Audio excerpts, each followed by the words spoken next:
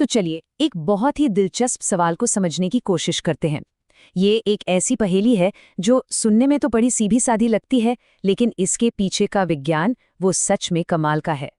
जरा सोच कर देखिए, एक तरफ है हजारों टन वजनी एक विशाल जहाज जो समंदर की लहरों पर आराम से तैर रहा है, और दूसरी तरफ है एक नन्ही सी कील जिसे पानी में डालते ही वो सीधी नीचे चली जाती है। भाई ऐसा क्यों, जबकि दोनों ही चीजें एक ही मटेरियल यानी स्टील से बनी हैं।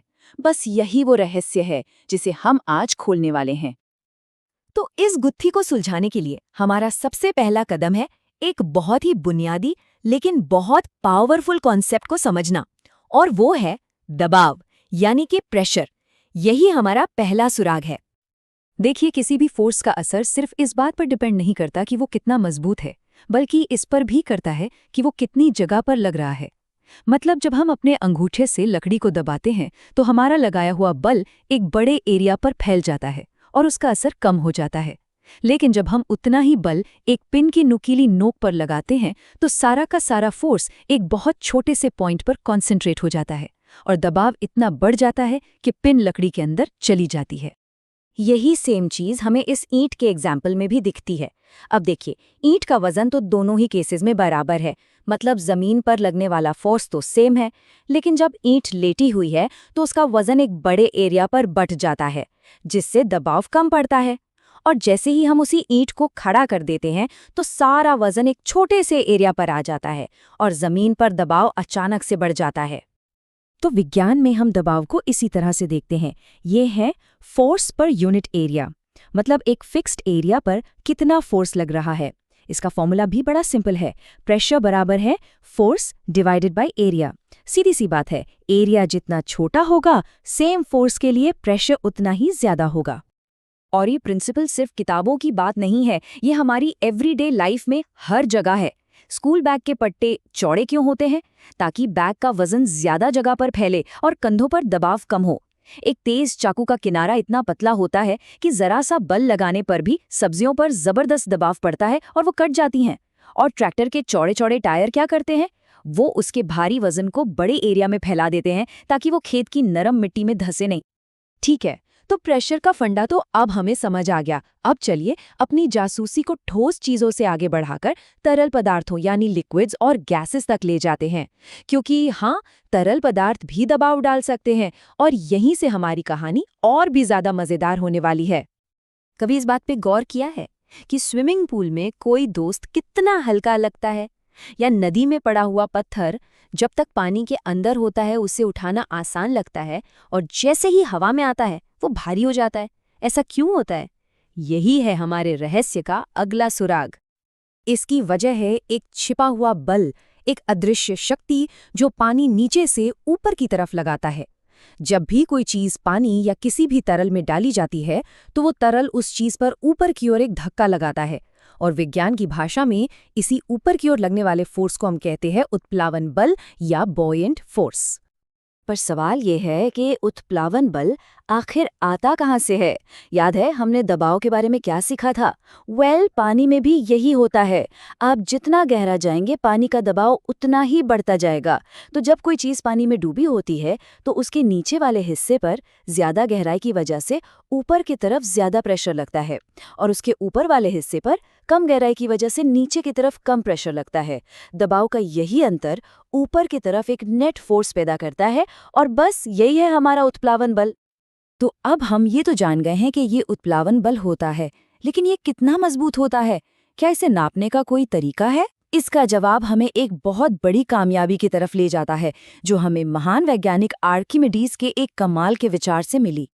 और वो आहा मोमेंट ये था, आर्किमिडीज ने ये पता लगाया कि किसी भी चीज पर लगने वाला उत्प्लावन बल ठीक उतना ही होता है जितना उस चीज ने अपनी जगह से पानी हटाया है, उस हटाए हुए पानी के वजन के बराबर।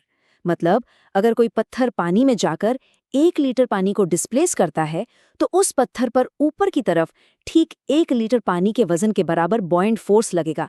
कितना एलिगेंट आइडिया है। आर्किमिडीज की इस बात को हम ऐसे समझ सकते हैं, पहले किसी चीज का वजन हवा में तौल लीजिए, फिर उसे पानी में डुबोइए और ये देखिए कि उसने कितना पानी अपनी जगह से हटाया।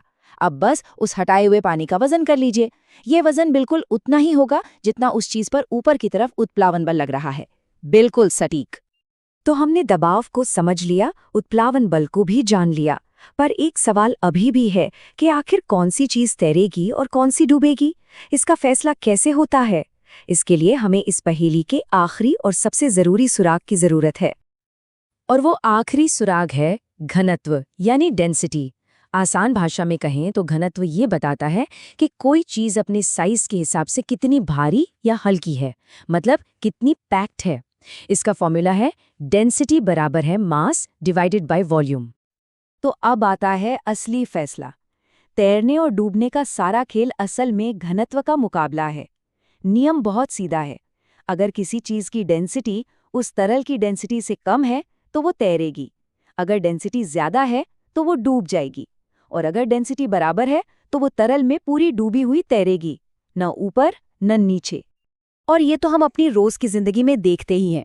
लकड़ी और बर्फ की डेंसिटी पानी से कम होती है, इसलिए वो तैरते हैं। दूसरी तरफ लोहे की कील और कांच का घनत्व पानी से कहीं ज्यादा होता है, इसलिए वो डूब जाते हैं। सब कुछ डेंसिटी का ही खेल है। तो चलिए, अब हम अपने अंतिम पड़ाव पर हैं। हमने सारे सुराग इकट्ठे कर लिए हैं। अब देखते हैं कि ये सब मिलकर हमारे पहले सवाल, यानी जहाज और कील वाली पहेली को कैसे सुलझाते हैं। तो ये है असली जवाब। एक कील जो है वो स्टील का एक ठोस टुकड़ा है। उसकी डेंसिटी पानी से बहुत ज्यादा है, इसलिए वो डूब जाती है। लेकिन एक जहाज वो स्टील का ठोस गोला नहीं है। वो अंदर से ज्यादातर खोखला होता है, जिसमें हवा भरी होती है। इस हवा की वजह से जहाज का जो औसत घनत्व है, मतलब उसके कुल वजन और कुल आकार का जो रेशियो है, वो पानी के घनत्व से कम हो जाता है। और यहीं पर आर्किमिडीज का सिद्धांत अपना जादू दिखाता है। कील छोटी है, वो बहुत कम पानी हटाती है, तो उस पर लगने वाला उत्प्लावन बल उसके वजन से बहुत कम होता है और वो डूब जाती है। लेकिन जहाज का विशाल और खोखला शेप उसे बहुत ज्यादा पानी हटाने में मदद करता है, और जितना ज्यादा पानी हटेगा उतना ही पावरफुल उत्प्लावन बल ऊपर की तरफ लगेगा।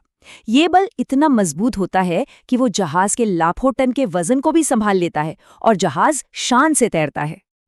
तो आखिर में पूरी कहानी तैरने के इस एक मूल सिद्धांत पर आकर टिक जाती है।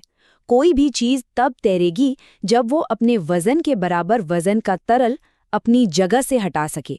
जहाज को इसी तरह से डिजाइन किया जाता है कि वो ये काम कर सके। तो जहाज और कील का रहस्य तो हमने सुलझा लिया, लेकिन जैसा कि विज्ञान में अक्सर होता है, एक सवाल का जवाब हमें एक और नए दिलचस्प सवाल की ओर ले जाता है। पनडुब्बियां भी तो स्टील से ही बनी होती हैं, फिर वो कैसे अपनी मर्जी से कभी तैरती हैं, कभी डूब जाती हैं और फिर वापस ऊपर आ जाती हैं? ये एक और कमाल की कहानी है जिसे शायद हम फिर कभी समझेंगे।